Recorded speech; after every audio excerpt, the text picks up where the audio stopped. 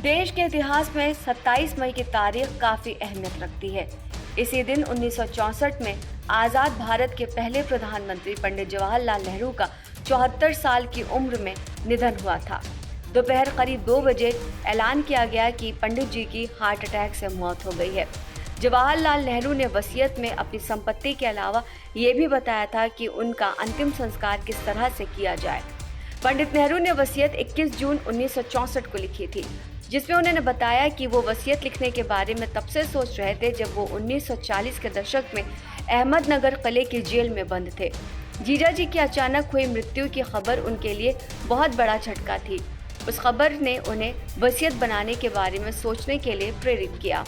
पंडित जवाहरलाल नेहरू ने अपनी वसीयत में साफ साफ लिखा था कि उनकी मृत्यु के बाद उनके लिए कोई धार्मिक अनुष्ठान न किया जाए। वसीयत में नेहरू जी ने कहा था, जब मैं मर जाऊं तो मैं चाहूंगा कि मेरे शरीर का अंतिम संस्कार किया जाए। अगर मेरी मौत विदेश में होती है तो मेरे शरीर का दाह संस्कार वहीं कर दिया जाए और राख को इलाहाबाद भेज दिया जाए। देश के पहले प्रधानमंत्री नेहरू ने वसीयत में अपनी राख को 2 तरह से बिखेरने की इच्छा जताई। उन्होंने ये साफ किया कि राख का कोई भी हिस्सा ना ही बचा कर रखा जाए और ना ही संरक्षित किया जाए। वो चाहते थे कि इलाहाबाद में गंगा में उनकी मुट्ठी भर राख को बहा दिया जाए। उन्होंने लिखा कि ऐसा करने के पीछे कोई धार्मिक महत्व नहीं है।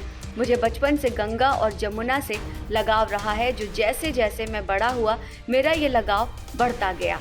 पंडित जी चाहते थे कि उनकी राख का बड़ा हिस्सा हवाई जहाज से ऊपर ले जाकर खेतों में बिखेर दिया जाए, जहां भारत के किसान मेहनत करते हैं, ताकि वो देश की धूल और मिट्टी में मिलकर भारत का एक अभिन्न हिस्सा बन जाएं। पंडित नेहरू ने लिखा, मुझे भारत के लोगों से इतना प्यार और स्नेह मिला है कि मैं इसका एक छोटा सा हिस्सा भी उन्हें लौटा नहीं सकता और वास्तव में स्नेह जैसी कीमती चीज़ के बदले में कुछ लौटाया भी नहीं जा सकता। इस देश में कई लोगों की तारीफ की गई है, लेकिन मुझे जो भारत के सभी वर्गों के लोगों का स्नेह मिला है वो इतनी ज़्यादा मात्रा में है कि मैं इससे अभिभूत हो गया हूँ। मैं केवल आशा ही कर सकता हूँ कि जब तक मैं जीवित हूँ मैं अपने लोगों और उनके स्नेह से वंचित न रहूं। पंडित जवाहरलाल नेहरू ने वसीयत में आनंद भवन को इंदिरा गांधी के नाम किया।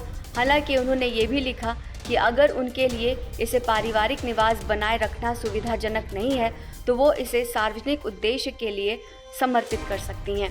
इसका इस्तेमाल कमला नेहरू मेमोरियल अस्पताल या प्रस्तावित बाल गृह के संबंध में किया जाना चाहिए।